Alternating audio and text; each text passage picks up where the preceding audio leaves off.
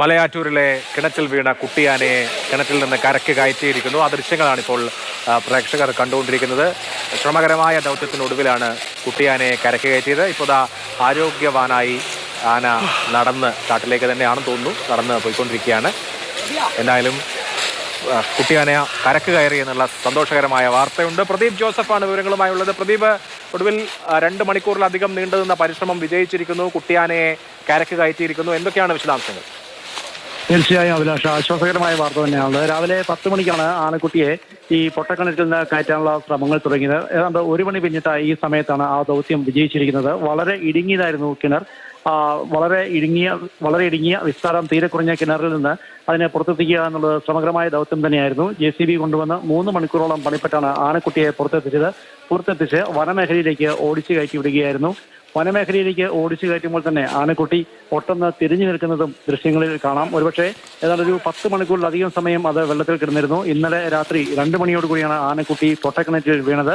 അതിനുശേഷം ഇത്രയും നേരം ഏതാണ്ട് 3/4 പൊക്കത്തോളം ഉയരത്തിൽ വെള്ളത്തിൽ കിടക്കുകയായിരുന്നു. കാര്യമായ ആരോഗ്യ പ്രശ്നങ്ങളൊന്നും ഇല്ല എന്ന് വനംവകുപ്പ് ഉദ്യോഗസ്ഥർ സൂചന നൽകിയിരുന്നു. കിണറ്റിൽ കിടന്നപ്പോഴും അവിടെ ഊർജ്ജസ്വലമായിരുന്നു. ഇപ്പോൾ കിണറ്റിൽ നിന്ന് കയറി പോകുമ്പോഴും നമുക്ക് കാണാനായത് ഊർജ്ജത്തോടുകൂടി തന്നെ, ആവേശത്തോടുകൂടി തന്നെ ഈ കയറ്റം നിറഞ്ഞ റബ്ബർ തോട്ടത്തിൽ നിന്ന് വനമേഖലയിലേക്ക് കയറി പോകുന്നതാണ്. ഇടയ്ക്ക് 2 തവണ ആൾക്കൂട്ടത്തെ കണ്ട് വെല്ലുവിളിക്കും മട്ടിൽ തിരികെ ആൾക്കൂട്ടത്തിന് നേർക്ക് തിരികുകയും ചെയ്തു. എങ്കിലും ഒരു പടക്കം പൊട്ടിച്ച് ശബ്ദമുണ്ടാക്കുക കൂടി ചെയ്തതോടെ ആനക്കുട്ടി വനമേഖലയിലേക്ക് തിരികെ പോയിരിക്കുന്നു.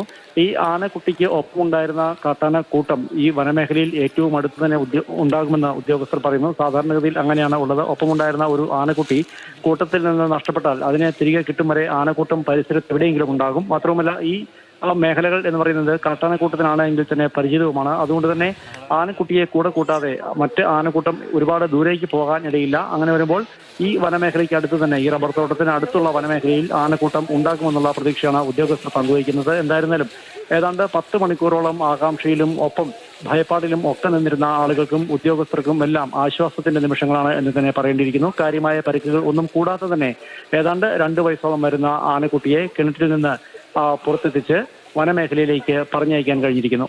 പ്രതിഭ, കുട്ടിയാന പൂർണ്ണമായും ആരോഗ്യത്തോടു കൂടി തന്നെയാണോ നടക്കുന്നത്? ഈ കിണറ്റിലേക്ക് വീണപ്പോൾ എന്തെങ്കിലും പരിക്ക് പറ്റിയോ? അതിന് നടക്കാനും മറ്റോ ബുദ്ധിമുട്ടുണ്ടോ? ഇത്തരം കാര്യങ്ങളൊക്കെ പരിശോധിച്ചിട്ടുണ്ടോ? അവിടെ വെറ്ററിനറി ഡോക്ടർമാരോ മറ്റോ ഒക്കെ ഉണ്ടോ?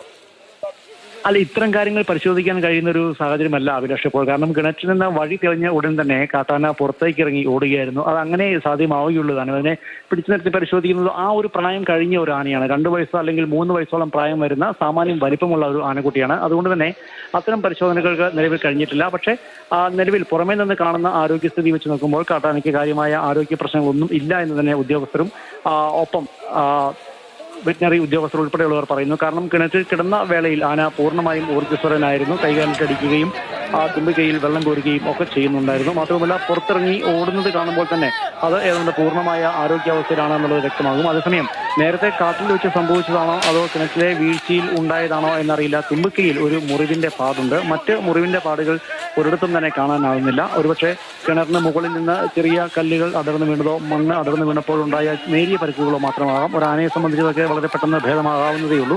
അതിൽ കവിഞ്ഞ ആരോഗ്യകരമായ പ്രശ്നങ്ങൾ ഒന്നും തന്നെ ഈ കുട്ടിയാനയ്ക്കില്ല എന്നുള്ളതാണ് ഉദ്യോഗസ്ഥർ നൽകുന്ന സൂചന. എന്തായിരുന്നാലും ഏവരെയും നാട്ടുകാർ ഉൾപ്പെടെയുള്ളവരെ സംബന്ധിച്ചിടത്തോളം താൽക്കാലികമെങ്കിലും ആശ്വാസകരമായ ഒരു കാര്യമാണ്. ഈ ആനക്കുട്ടിയെ പൂർണ്ണമായും ആരോഗ്യവാനായി തന്നെ ഏതാണ്ട് രക്ഷപ്പെടുത്താൻ കഴിഞ്ഞിരിക്കുന്നു. അതേസമയം കാട്ടാന ശല്യം തുടരുന്നതിൽ മാത്രമാണ് നാട്ടുകാരുടെ ആശങ്ക എന്ന് പറയുന്നത്. കഴിഞ്ഞ ദിവസങ്ങളിൽ 20-ലധികം വരുന്ന കാട്ടാനക്കൂട്ടം ഈ പ്രദേശത്ത് എത്തിയിരുന്നതായി ആളുകൾ ചൂണ്ടിക്കാട്ടുന്നു. പലയിടത്തും കാർഷിക വിളകൾ നശിപ്പിക്കുന്നു. മനുഷ്യജീവന് ഇതേവരെ ദൃശ്യങ്ങളിൽ നിന്ന് ആനക്കുട്ടി കയറി വരുന്നത് കാണാം. മണ്ണുമാന്തി യന്ത്രം ഉപയോഗിച്ച് കിണറ്റിന്റെ ഭാഗത്ത് വഴിയുണ്ടാക്കി ശ്രമകരമായ നിലയിൽ ആ ചെളി മണ്ണ് മുഴുവൻ നീക്കിയാണ് ആനയെ പുറത്തെത്തിച്ചത്. ആന ആ വഴിയിലൂടെ കയറി നേരെ ആന വളരെ കൂളായിട്ട് കാട്ടിലേക്ക് ഓടിപ്പോകുന്ന ദൃശ്യങ്ങളാണ് കാണുന്നത്.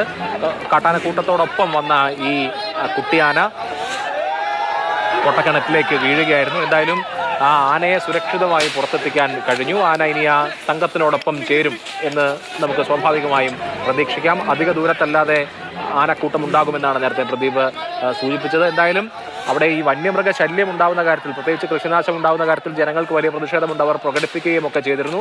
എന്നാൽ ഈ ആനക്കുട്ടിയെ പൊട്ടക്കിണറ്റിൽ നിന്ന് കരകയറ്റുന്ന കാര്യത്തിൽ എല്ലാവർക്കും ഒരേ അഭിപ്രായമായിരുന്നു. നാട്ടുകാരുടെ കൂടി സഹകരണത്തോടു കൂടിയാണ് ആനക്കുട്ടിയെ ഇപ്പോൾ സുരക്ഷിതമായി പുറത്തെത്തിച്ചിരിക്കുന്നത്. കുട്ടിയാന കാട്ടിലേക്ക് പോവുകയും ചെയ്തു.